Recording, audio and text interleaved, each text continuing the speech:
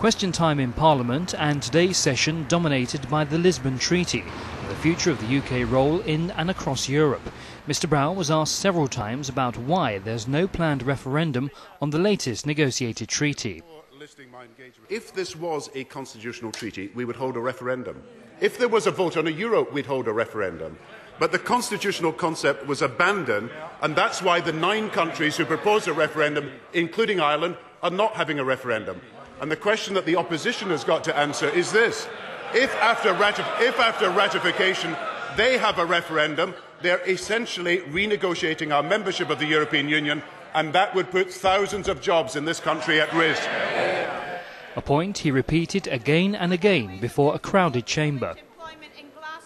The last time a referendum was held on Europe, it was one with a massive majority. And let me also say to him that the proposals that he puts forward puts our membership of the European Union at risk.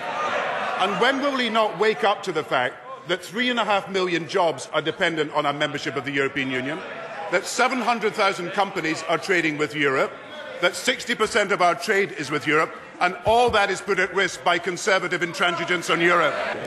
Mr Brown said the Conservative Party's views had little support in the rest of Europe.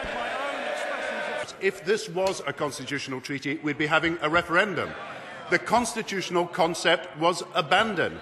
And if he wishes to persist in talking about the United States of Europe and a constitutional treaty, he has no support in the rest of Europe. Indeed, the only party that supports him in Europe, the Czech party, say the document is no constitution anymore.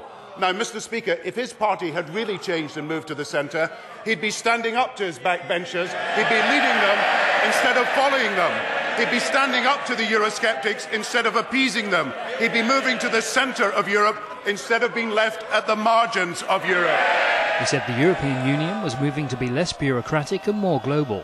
We are proposing major changes in the European Union so that the European Union is more outward-looking, is more global in its orientation, is more flexible and less bureaucratic.